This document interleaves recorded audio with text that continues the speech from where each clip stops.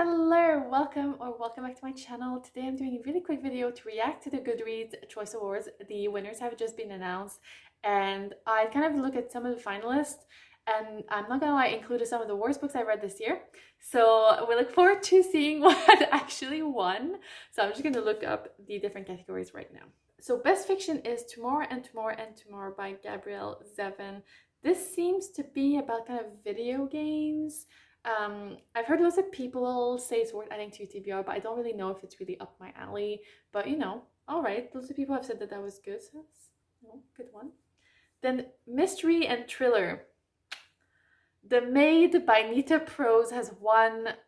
If you've seen my review of this book a couple months ago, I did not enjoy it for some issues with representation that I wasn't sure about. So I'm quite surprised that this has won Best Mystery Thriller. But not gonna lie, one of the other finalists was The Paris Apartment by Lucy Foley, which was one of the worst books I read this year. So I think, yeah, I probably preferred The Maid, so great. Then historical fiction, let's see.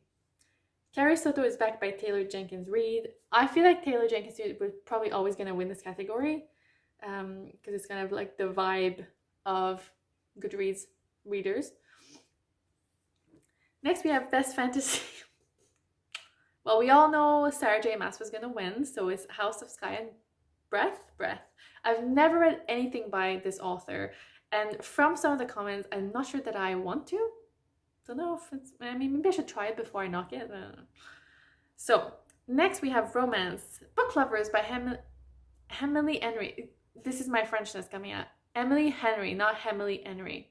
Damn, really struggle with that. But yeah, Book Lovers. I actually read this in October and really enjoyed it, so I'm kind of happy about that. Happy it's not Ali Hazelwood. Damn, another H word. Yeah, probably rather that didn't win. So science fiction. Sea of Tranquility by Emily St. John Mandel. Interesting. I actually read this one. It was really good. I didn't have that much more thoughts about that book. I don't really know any of the other books mentioned except for The Daughter of Dr. Moreau by Sylvia Moreno Garcia, which I have not read, but I really enjoy Moreno Garcia's writing. So I need to read that actually. Horror is not a category that I probably know anything about or enjoy or anything. Hidden Pictures by Jason Rekulak. All right, cool. Then we have humor. The Office BFFs, Tales of the Office from Two Best Friends Who Were There by Jenna Fisher and Angela Kingsley. Actually, this is on my TBR.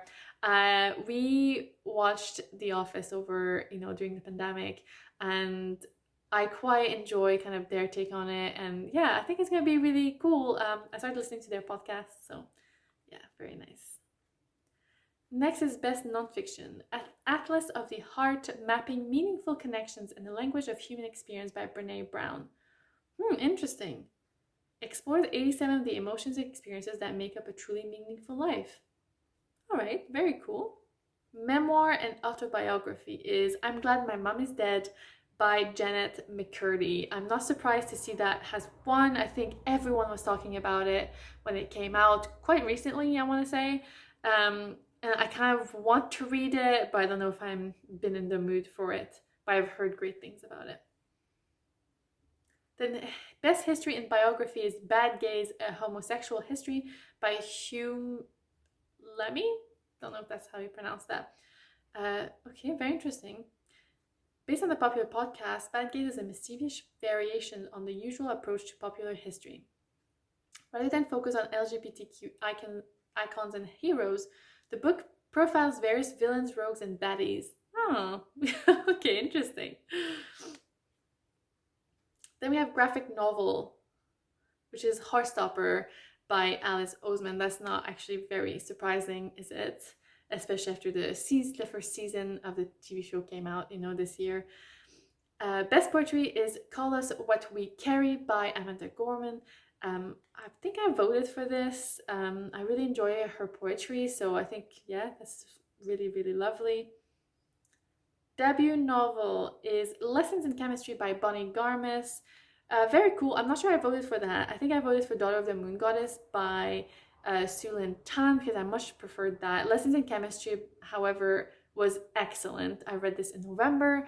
It wasn't exactly what I thought it was going to be and what I think it's selling itself as, but Bunny Garmis does an incredible job. And I listened to an interview with her and Pandora Sykes, and it was really interesting to hear her talk about this is a book that she's written she's a bit older, she's not one of these 25-year-old authors that everyone's raving about.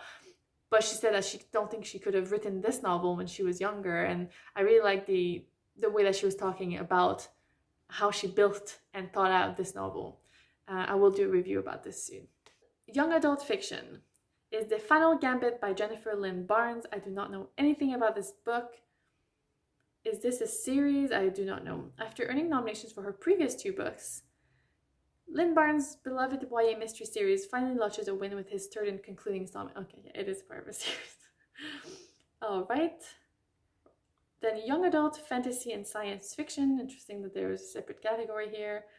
It was just Gallant by V. Schwab. I've heard lots about V. Schwab, never read anything by this author yet. I don't know if I voted in this category because I've not read anything, but I see that Tracy Dion was nominated with the second book in her series, which I still have to read because I really enjoyed the first one. And then the last thing is middle grade and children's, which doesn't really interest me, obviously, but let's see who won. Is I Am Quite, A Story for the Introvert in All of Us by Andy Powers, illustrated by Betsy Peterson. Actually, I'm very interested in that as an introvert. I think it sounds really good, and I kind of want to flip through that book if I could find it. Oh, very cool. Okay, so it's less bad than I thought. Some of the authors that I thought were going to win because they're just popular have won, so it seems to have gone that way. But there's some really good books that have won as well, so that's good. Okay, all right. Have you voted in the Goodreads Choice Awards for 2022? What did you think of the winners? Let me know all your thoughts. Popular or unpopular opinions, welcome, whatever. As always, thank you so much for watching, and I see you back. Bye.